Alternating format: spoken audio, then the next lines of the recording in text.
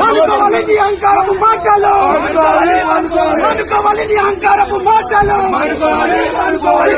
పోలీసులను అనుమానించడం ప్రభుత్వాన్ని బదనాం చేసి అభివృద్ధి తప్పించుకునే ప్రయత్నం చేస్తుండో